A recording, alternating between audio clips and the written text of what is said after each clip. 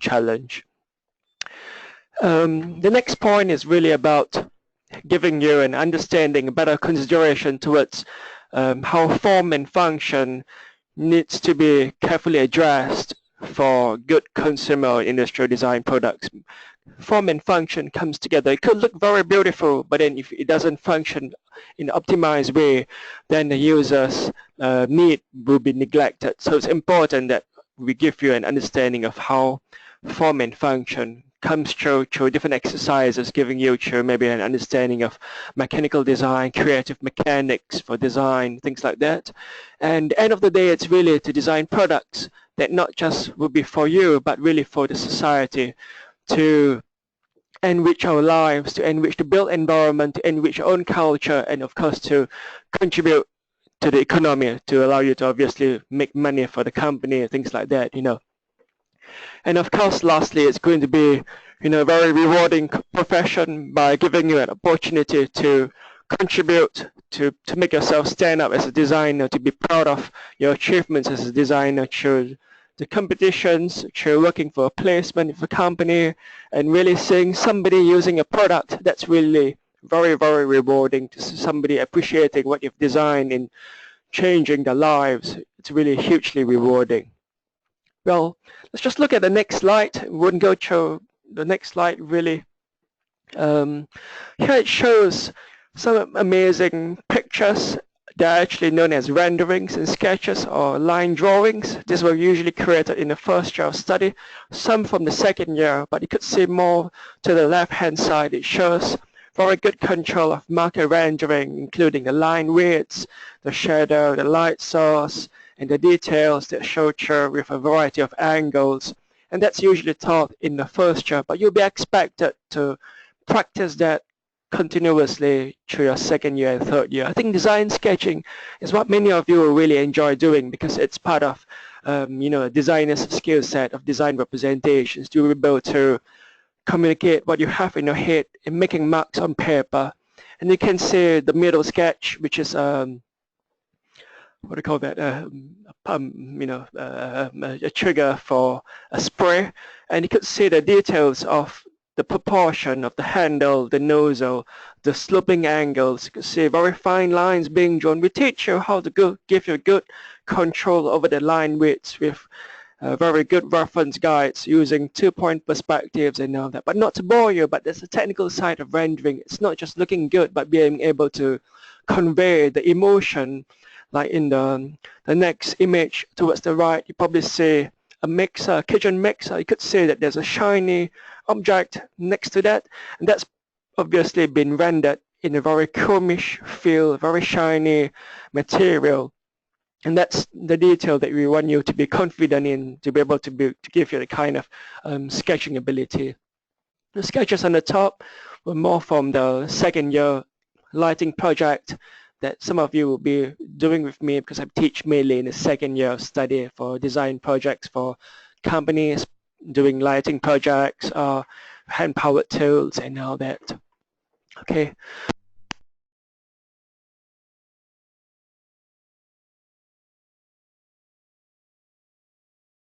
Okay, well, the next slide here would be,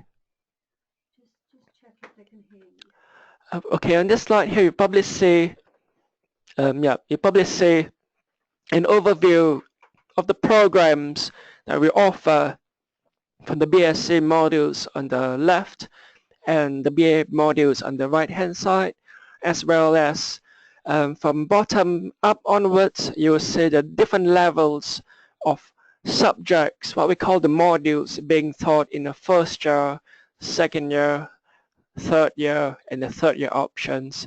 There will be a placement year in between, sandwich in between level 2 and level 3. Now we could see, if we look in the middle, it would be the common BA and BSc modules. Those common modules are what we call core modules or joint modules, where if you're taking the Bachelor of Arts or Bachelor of Science program, those common modules will be taken by both of you, both programs really. It's a core module that's shared across both programs, and usually those modules are quite key to becoming a good designer, because they include subjects such as design process, graphic design, graphic communication, the fundamentals of materials and manufacturing. Those are the core or common BA and BSc modules. And as you move upwards to the second year and third year, they become a bit more specialized, a bit more intensive, a little bit more difficult, more challenging for you, but it's really packed at the level which we feel would be rightly accommodating for your learning outcomes for that year. But in the first year alone, very much so, it's all based on getting everybody up to speed, to get the fundamentals correct, to get all the basics in there, to build up your core knowledge in terms of theory, as well as your practical skills. So you have workshop practice. The workshop inductions will be key to some of the subjects like materials and manufacturing. If you've got any questions about those modules or those program schematic, we can go through those questions later on for your question and answer.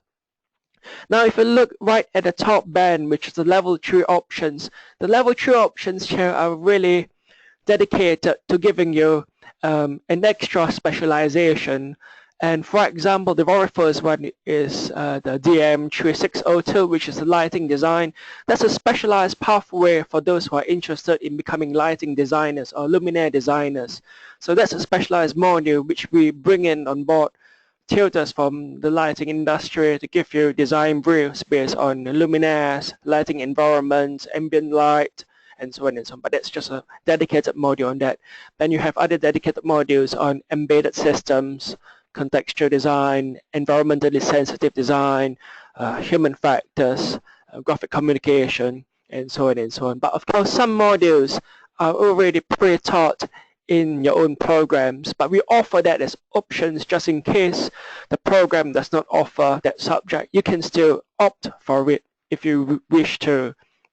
So there is some flexibility, although we try to have a bit of differentiation between the two programs, because we feel that the BSc module, the BSc program is usually more technically orientated or more for the technical aspects of product design, whereas Bachelor of Art program is more towards human factors, more towards the aesthetics, the soft side of a design process.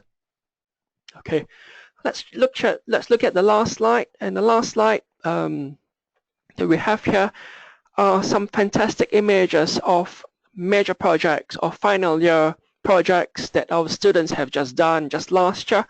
It shows two projects actually, and the project on the left and one project on the right hand side. So we see two different projects, and the project on the left, they call it the Nifty charger, which is, they call it the world's smallest mobile phone charger, which is actually an amazing engineering marvel, because they actually miniaturize electronics into the size of a keychain fob. But what's interesting is that you don't really carry the power source with you. You buy the batteries just from the shops. So you could buy the power source from anywhere you want, but that module basically connects that to the phone to charge that up for you to make your last phone call, just to get you home, something like that. But it's been designed where it's actually meant to be compact and modular. It was done actually by two of our students, and they've actually progressed to a Kickstarter campaign, and they're really earning quite a bit of money from now. Okay, now we have also on the right hand side another project which was done by Kara. So Kara was our graduate last year, and she was looking more into the inclusive design about walking aids, how you could design a walking aid that could fit to different users at different ages, and the walking aid would actually grow with you, because if you look carefully you would see different points or different connections. Those connections could be taken out, refastened to make that longer or to make that shorter if you wanted to, so that it gives you the kind of customization. And you could see on the image, the photograph at the bottom, that gives you color coding using pink and blue, which I suspect is for the left-hand side components and components for the right-hand side. So you would have actually the entire kit that could be fabricated very cheaply, very affordably, and could be used by people from different countries, or you could actually scale it up for community use or for service, things like that. So these two projects really show You know, design doesn't really have to be very heavy engineering, but it's more towards the user-centered approach of what people would need, and then coming up with a solution really for them. Okay, that really ends my presentation. And what I'd like to do is really to give you an opportunity to ask us questions. Type up the questions, and then Lucy, who's next to me, will try to answer the questions as best as we can. But questions that we can't answer, we'll try to follow up through after the chat, or maybe to give you some links on the internet or through emailing to you later on. But please just keep the questions going. Type out the questions so that we can read it out, and we can also capture those questions for our own benefit. All right, thank you very much. Thanks, guys.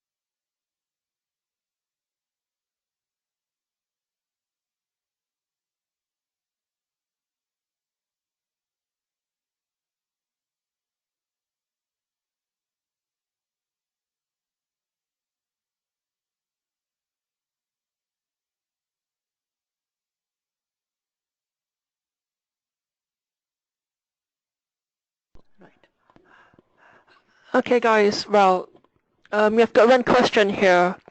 Um, this question comes from Nam.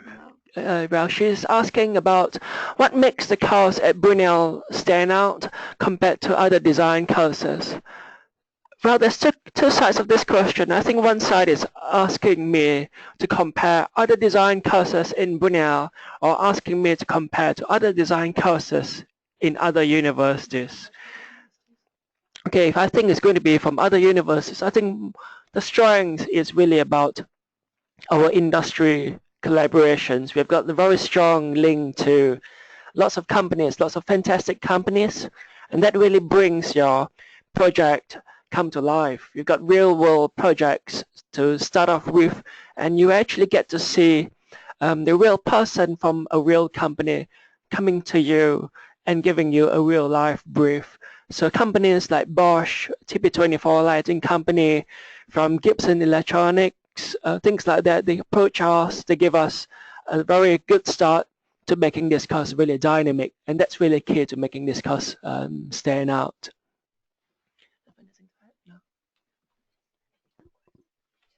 If you have any more questions, just type them in the box. Thank you.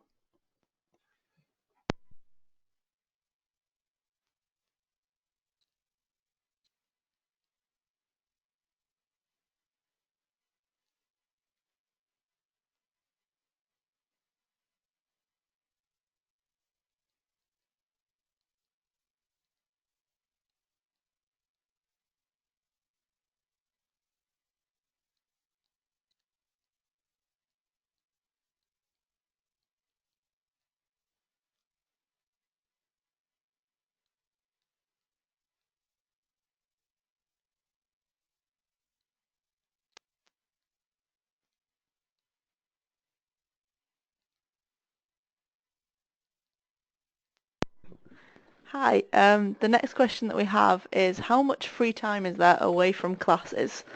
So in my first year, I actually had quite a lot of spare time. So I'm in the film, orchestra and choir, and you do get time to be an actual student. That in first year, it still felt like there was a lot more work than every other course, but there was free time. Second year is a lot harder. But you do still have free time. I've got going to central London quite a lot. I've managed to do a lot of things that I wanted to do. So you can like go and see exhibitions. I've gone to see loads of shows and stuff in London. And there's loads of societies, like I guess there is at all unis, but there's loads of societies that you can join as well. So yeah, what do you do? Okay, the next question is, what do you do every day at Brunel on the design course? So from what Eugen said, with each of the modules, I think in first year I had about 18 contact hours, so I was in about 4 hours a day, and then you can just work on other stuff like sketching. Was one of the big things I had to work on in first year because I didn't do product design at A level, so I'd never really done any actual sketching. So I spent a lot of time outside of lectures practicing sketching. In first year as well, you spend a lot of time in workshop because you have 2 days a week where you learn you spend time in wood workshop and all the different things, learning how to use the machines and yet to make different projects, which is quite fun. What else do you do every day? I reckon that's about it. Okay, cool. Ask more questions. Some more questions, please, guys. Keep the questions coming because we are looking at the questions on our screen, and we'll try our best to give the answers to the questions.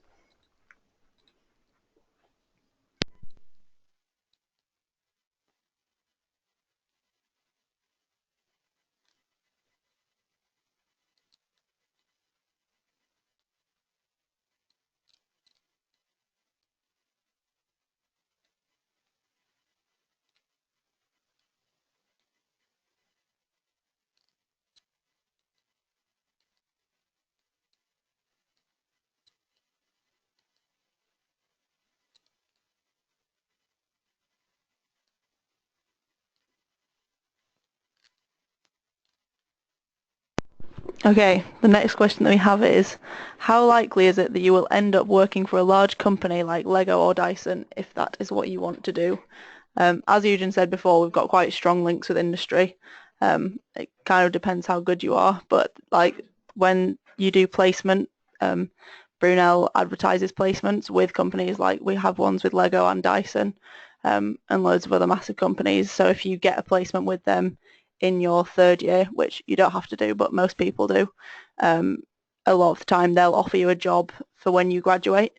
So if that is what you want to do, then the opportunities are there, but equally if that's not what you want to do, you can work for much smaller companies. Yeah. Okay, for the next question. It's on.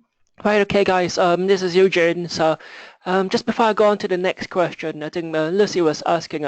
Lucy was saying about how likely you will be going on to a placement for Dyson. I think it really depends on your enthusiasm because we are really going to open many doors for you, such as giving you workshops, placement opportunities, or the ability for the placement office to invite companies to give talks. Those are all the doors that are open, and you stand a far better chance because we also do have a lot of graduates working in those companies. But key really is to enjoy what you're doing, and if you do get a good job, I think it's to be seen more of like a bonus, but it works both ways really. Okay, I'm just going to move on to the next question by Samuel. Samuel's asking me, how many students would be on the design courses this year, and would you still get a place if you missed your grades by 1 grade? Well, we would have about an intake of about 160 students for the first years. That's about an estimate plus minus 10. In the second year, we have exchange students joining us, so another 10 joining, so the full cohort size will be no more than 170. But the ratio, staff ratio from student and staff will be about 1 to 4 to 1 to 6, depending, because we do have a good number of staff, between 25 to 30 members of staff, not just from design, but we do have a lot of part-time staff to give you that kind of support.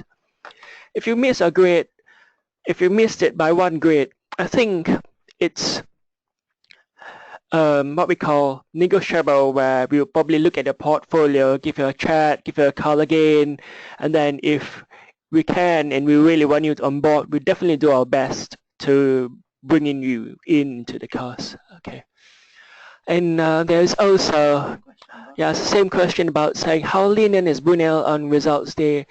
I think it depends on how far you are from the grade average, and it also depends on the interviews that you have with us and also the portfolio reviews. But very likely we want to bring you on board if you are good for us in terms of your portfolio, and there is no reason why we should reject you unless your grades are really far beyond and we can't bring you in. But get in touch with us if you think you're on a borderline case. We have a question that says, how intense is the maths and physics, particularly for the BSc course? Are there separate lessons in first year like in high school, or is the focus more towards on application? In first year we had a mechanics module, which is very similar to stuff that I did in physics A level. So there's also a maths and electronics module, which I think is still the same. Yeah, so we had an exam at the end of the year where it was half maths and half electronics, and the maths is pure maths, so it's just like C3 and C4. So if you've kind of understood it in A level, then you'll be able to do the maths bit of that year. Electronics I found a lot more tricky, and that is obviously more applied, like the mechanics is. So there's a bit of applied and not applied maths, I would say. What would typically be like? Is there any way to receive feedback on how our portfolio review went? Yes, okay. So this is Eugene. The question says, well, as Lucy said, is there any way to receive feedback on how our portfolio review went? I think we can definitely give you a feedback on your portfolio if you write to us, and we'll definitely find out who interviewed you, and you could always drop by, have a chat with us, and see how we can help you to improve your portfolio, just to give you some feedback. So more than welcome to receive an email from you or for you to visit us and can have a chat about your portfolio. Thanks. Do we have access to workshops anytime it's free? Okay, so in first year, no, you don't, because you're not, even though you might have already done work in workshops prior to university, you aren't certified by the university as being safe. So in first year, you're only allowed in the times when you are in workshop, and you'll have set projects to work on. But then in second and third year, you can go in whenever it's free and work on whatever projects you want to work on. But yeah, not in first year because they can't say that you're safe. Yeah, right.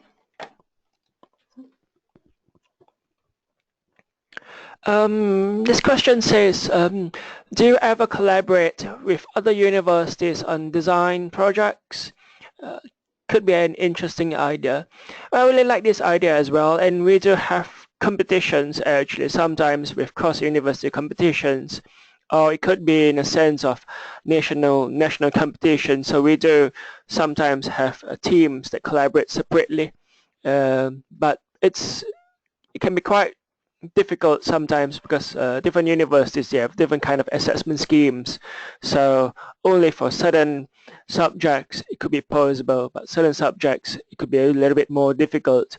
But definitely this is something that we can consider, and we have also organized what we call extracurricular projects with universities for this kind of topic area. Thanks, Ariel. Okay, well, this guy, Mr. Chen, is saying, hello, if I was asked to obtain a distinction, but my mark is a little lower as a merit, will I have any chances? Not so sure what this question really is asking about, but basically, if he didn't get the mark, does he have a chance? Yeah, I don't know. It depends what other marks he's got. Yeah, it really depends on your overall marks, and it really depends on how low is your mark really. Okay. So we're just trying to look at any questions that we might have missed out. Can I pass the microphone over to Lucy? We've got another similar question. What would a typical day be like for a design student? As I said before, I had about 18 contact hours in first year. I'm now in second year. And so I was in about 3 or 4 hours a day. So some of that is lectures, and then some of that is workshop, either working in the actual workshops or in the computer lab. So we do a graphics module where you learn a bit of the Adobe suite if you haven't already done that. It's quite a simple project if you have already done those, but I had no knowledge about them. So it was quite good to get a bit of a grasp on the subject. What else? What else happens in a day? A lot of time in first year I spent hungover, like a normal student. It is hard, and it's hard compared to other courses. I lived with quite a few people who did English, and I spent a lot of time being annoyed at them because they just did nothing all the time. But you are doing things that you enjoy doing, so especially in first year, because it's like exciting that you're at uni and you're doing stuff that you actually enjoy. It's quite nice to have stuff to fill your time. Yeah, and I went into central London quite a lot as well, so there's lots of things to do. Just depends what you want to do. Are you pleased? Okay, are you pleased you chose to go to Brunel? Yes, I am. One of the main reasons that I came was because you could do an exchange in the third year. So next year I'm going to San Francisco for a year, which I'm very excited about, to do exchange. That was one of the main reasons that I came, but it does have a really good reputation and it's quite a nice location. I was choosing between Brunel and Loughborough, and I didn't really like the location of Loughborough because it's kind of in the middle of nowhere. I think the courses are a little bit different. I think ours is a bit more hands-on, speaking to people who have gone there, but obviously I don't know that much about it. But yeah, I am pleased that I chose Brunel. What else have we got? Is that stop taking my distinction? Turn this off for a second.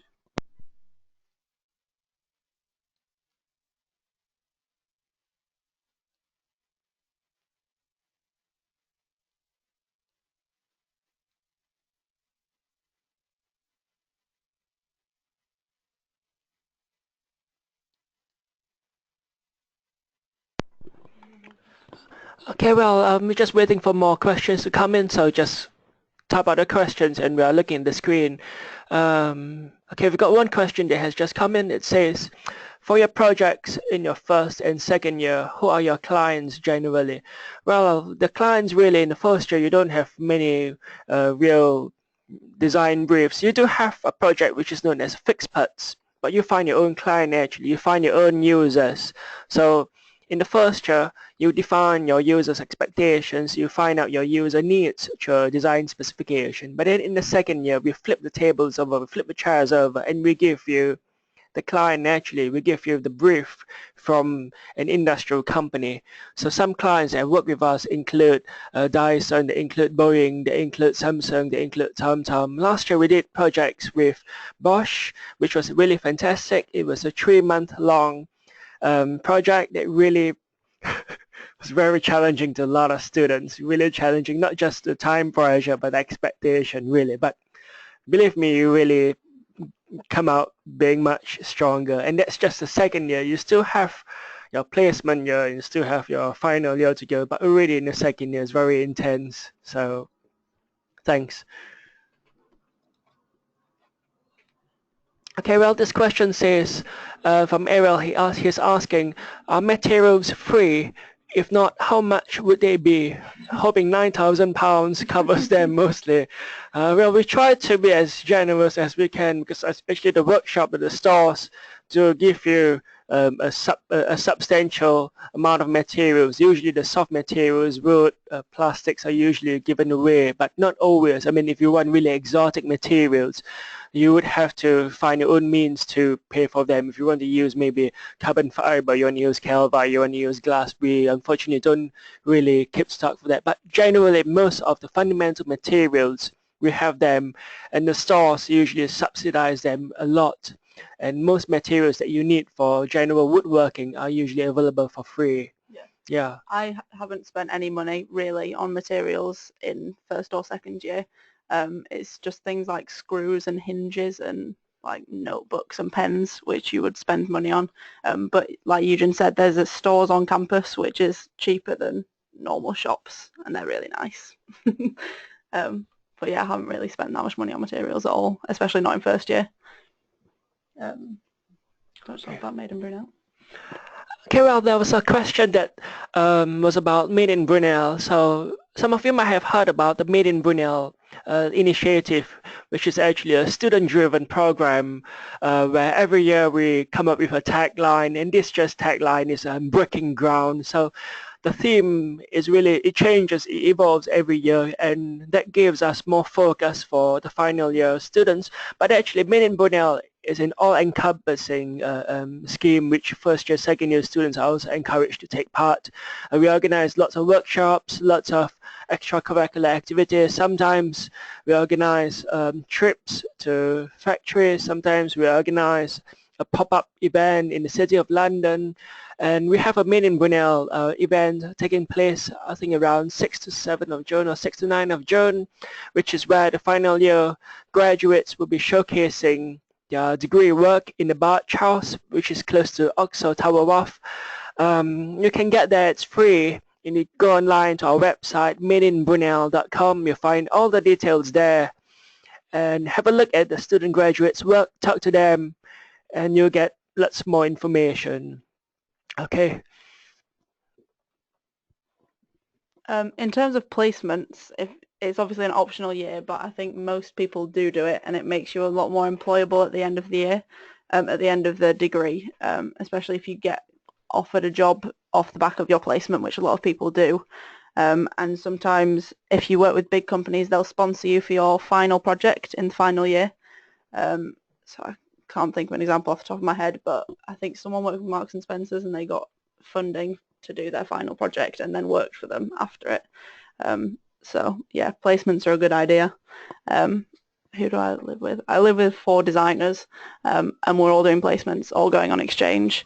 So you can either apply for your own if you have like a specific company that you've always wanted to work for, or if you want to work abroad, you can apply for your own placements, and then they just have to be approved by Brunel.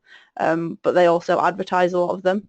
And there's Nadine who you can talk to and have like practice interviews with and all stuff like that, and run through your CV to check that you might actually get the job. For exchange it works a bit differently. So I was interviewed by lecturers, and then they decided who would be sent abroad. So there's exchanges in San Francisco, TU Delft, Milan and Paris. I think they're the 4 ones at the moment. But yeah, you can do that and it's good. Student life.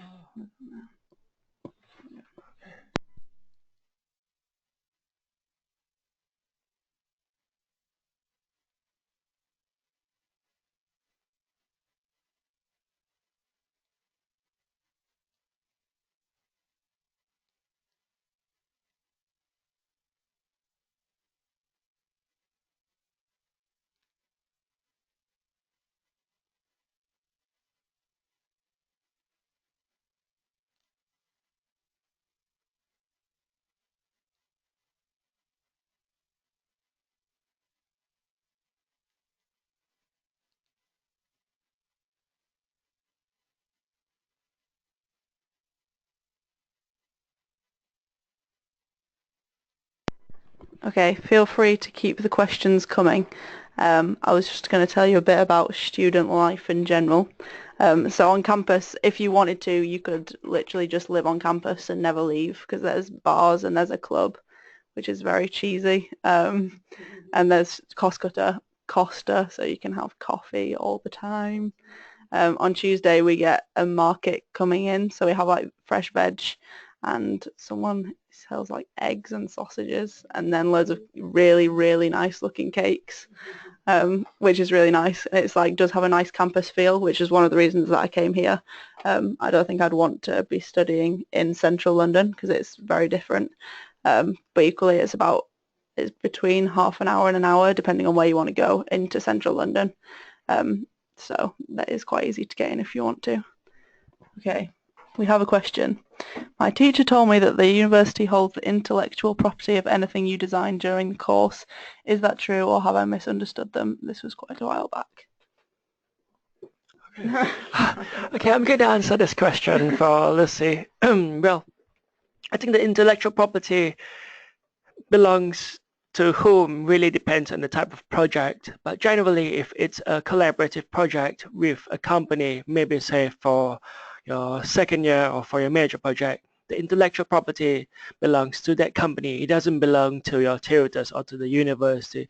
If it's a general design project, usually the intellectual property belongs to the student. We don't take a cut of that at all. That's really the clarification. It might be different universities have different perspectives on that.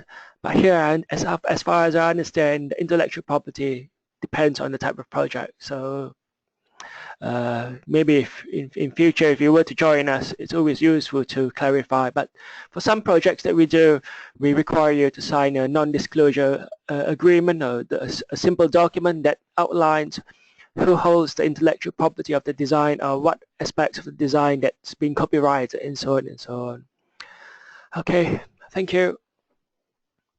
Feel free to ask any more questions about campus and halls and things like that.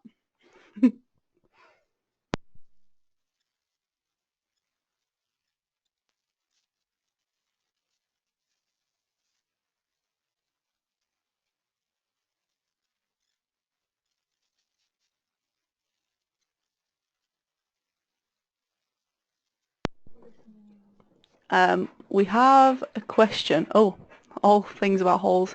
What are the best halls? This depends on what you want. So I stayed in Chepstow, which is one of the shared bathrooms, which I really liked because it was cheaper and the bathrooms get cleaned every day. I went to visit some of my friends who had their own bathrooms and they were just disgusting because they never cleaned them. And yeah, it's cheaper. One of the issues was that we had a really small kitchen, so there was 10 of us, and the kitchen was very small. We had like 4 chairs around one table. But most of the halls are really nice, and I think a lot of them have been done up recently, so they're all like fancy. They're not falling apart and things. Okay. What is the best accommodation to be in for someone doing industrial design undergraduate course? Yeah, it just depends what you want really. So there aren't any catered halls on Brunel, but there's what's it called, the social kitchen, Yes, where it's like a big canteen above the bar where you can get cheap food. So if you wanted to never cook, you could never cook. But yeah, it just depends what you want really. Like a lot of my friends who did have their own bathrooms preferred that. But they were kind of saying that they thought that we would just queue for bathrooms all the time, and I literally never queued for a bathroom with a shared bathroom. So that wasn't an issue at all for me. Yeah, and I saved some money. Do you get to live in halls on campus for second year?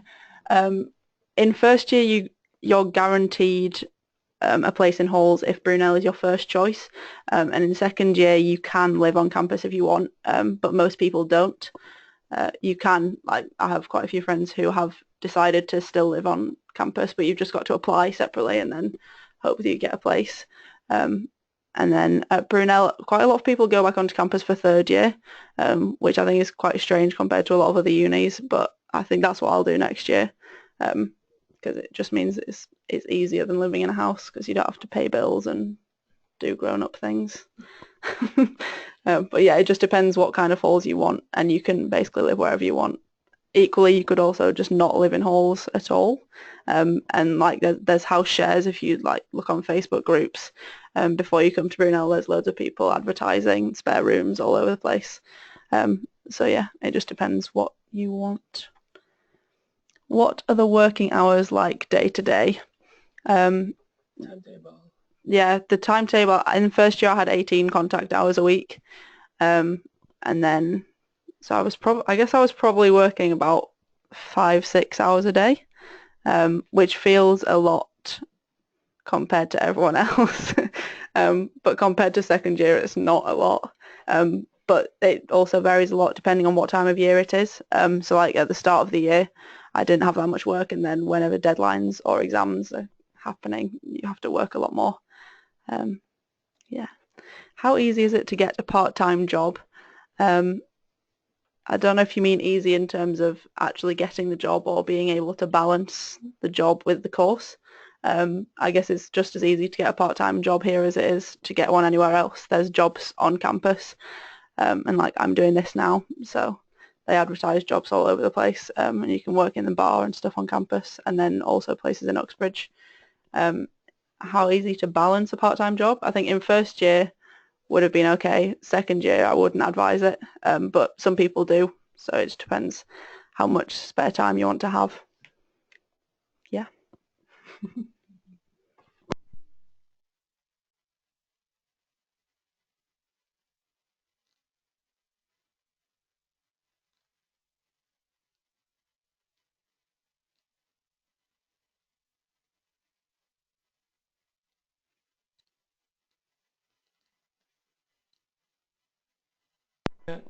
Okay, we have a question. What is the Wi-Fi like? The Wi-Fi in halls, it was actually fine. My Wi-Fi this year in my house is terrible, but in halls it was really good. I never had any issues really. Yeah, it's all right. Keep the questions coming.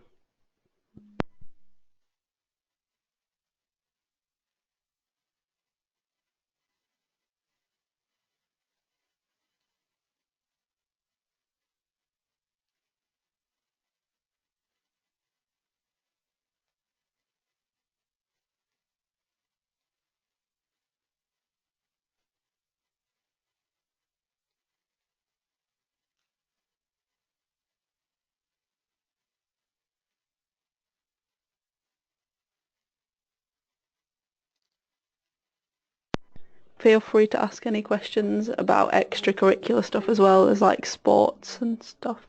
Okay, how many exams would an industrial design student have? I think this has changed. I do product design, and at the end of my first year I had 4 exams, and industrial design had 2 because we also had mechanics and electronics and maths ones. But I think that might have changed. Yeah, that might have changed, but it's around that. Yeah, it's not that much. Yeah, it's between 2 and 4, I think.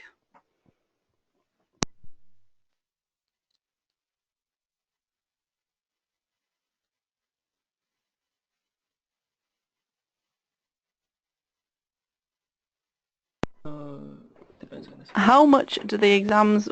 Oh, how much are the exams worth in your overall grade, and what do you do in those exams? Are they written? How much the percentage of the exam depends on what module it is, but I think they're all between about 20 and 50%, except okay, so in first year we had a mechanics, we had to do reports, and then I think the exam was 50%, but the electronics and maths it was 100% for the exam. But then in second year it's a bit different because you do more coursework and like hands-on stuff. Yeah.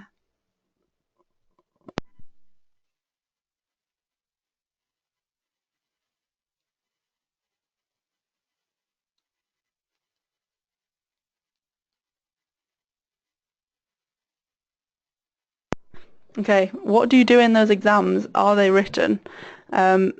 So obviously the electronics and maths and mechanics ones are fairly self-explanatory, you just do questions.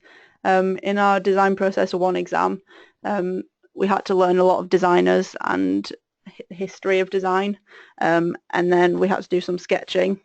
So I think one of the questions was like design a toaster in Art Deco fashion, and you'd get stuff for that, and then there's longer questions as well.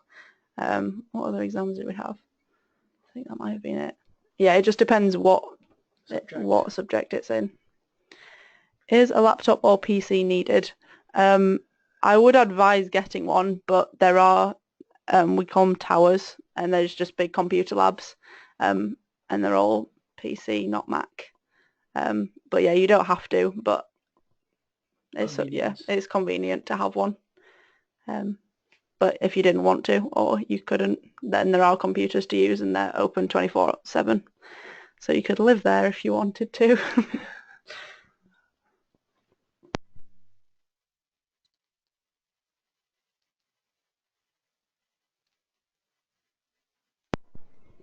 Okay, how much SolidWorks slash CAD is there in the industrial design course? In first year, you don't really do any CAD at all. In second year, there's a core module where we do learn SolidWorks. And then in third year, I think it's more the BSc subjects that do more CAD. So if you're industrial design, you'll only do SolidWorks in second year. Yeah, okay. Would you recommend getting a graphics tablet? I don't know anyone who has a graphics tablet, so no. But you can get one if you want, I guess. I guess getting a tablet would be more for convenience, but you wouldn't expect to do a lot of heavy graphic design on there. So if you want to get that, it's just more for portability, for very light CAD work. You could, but I would suggest if you want to do some serious work, desktop PC will always be more useful because you get the rendering time done faster. You have shorter lag time. There's another question which says, would you recommend getting a light board? I don't think you really do need a light board. Most people don't need a light board nowadays, but if you do, I think it's just for tracing, very light tracing work, but not many people use it at the moment. I just use my laptop screen because that's free. That's a very good solution. I didn't get a light board. All right, just keep the questions going, guys.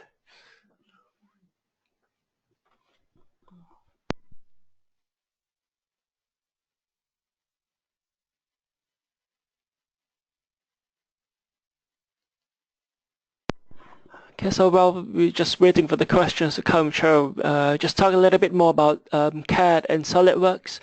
I think CAD and SolidWorks would be where most of you will start to define your design solutions in computer, and then hopefully you get a benefit of using a laser cutter to get your parts made out in a tangible part that you can take home with you, or to get those parts CNC'd, machined out, or even to get those parts 3D printed. We've got some amazing new 3D printers. Then it would be something that you could consider using in the downstream process. I think for CAD, what we're trying to look at is we're trying to teach some students CAD, including the use of Rhino at the end of the first year. So that could be useful in terms of using both Rhino and SolidWorks. There's a question from Shannon. He says, how likely am I going to get accepted if I'm one grade off for the industrial design course?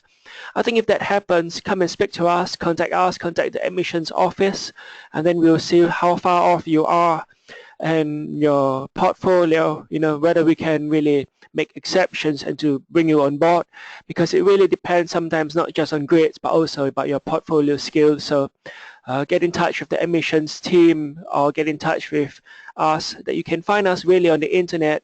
Just Google for Brunel Design, Industrial Design or Product Design tutors or the members of staff. Contact us either through the head of department or through the program directors or through the admission tutors, and we'll get through to you as quick as possible.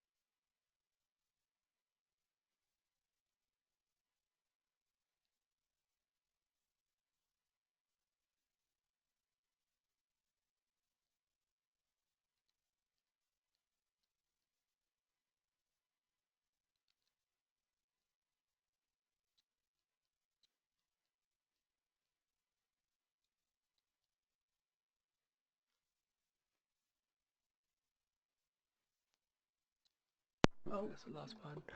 Okay, we've got a few more questions. Yeah, I've got one question here. It says, what sort of placements are there in other countries?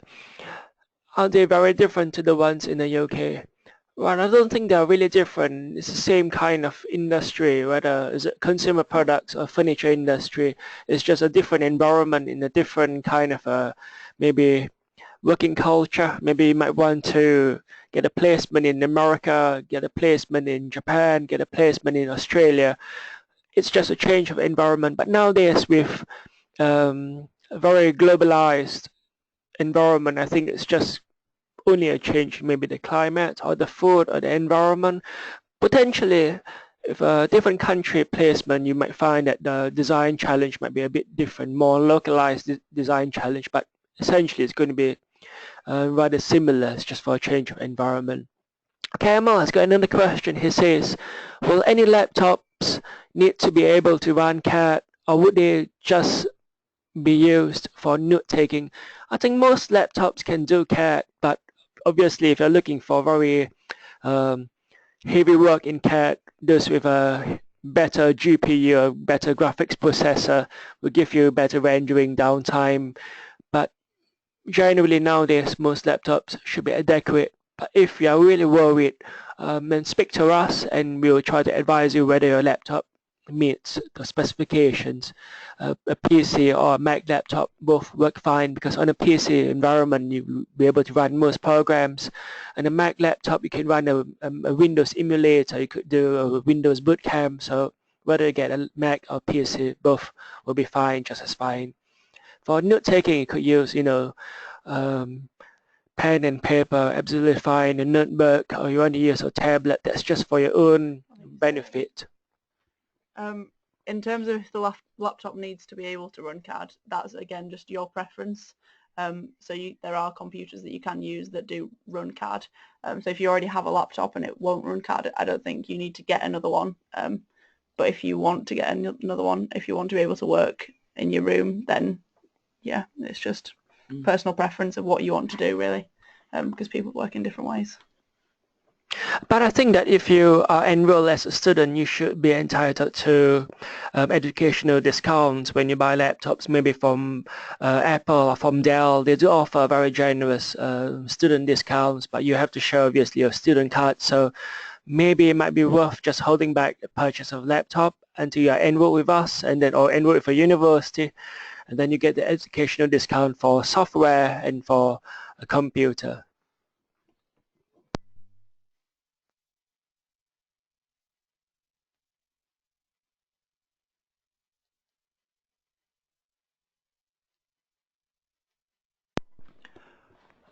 So we probably just have a few more minutes. Just keep the questions going. We're looking at the screen and we just want to help you just as much as we can.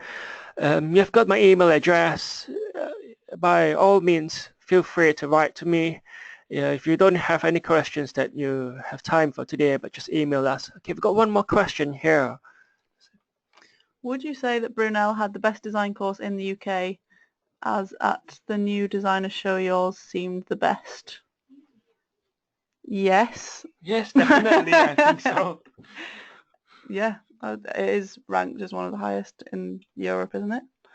I think. I don't know. Yeah, we are ranked as the third in 2007, and yeah, so we are ranked very, very highly in terms of the design courses, the best, one of the top design courses, and definitely new designers. If you look at our work, we really show in terms of your skill set right to the end, you really get something out of this program. So yes, Brunel has the best design course.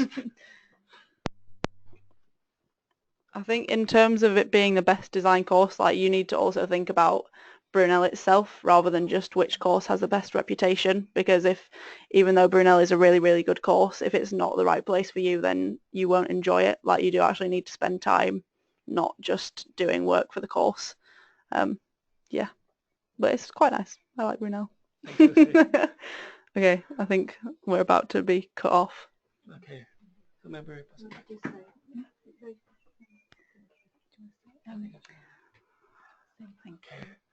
Well, I think we're running about a bit of time, but I really want to thank all of you for joining us today.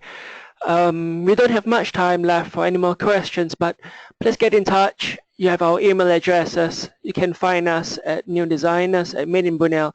But thank you so much for attending, and we really enjoyed all the questions that we had today. Thanks so much. Thank you. Bye.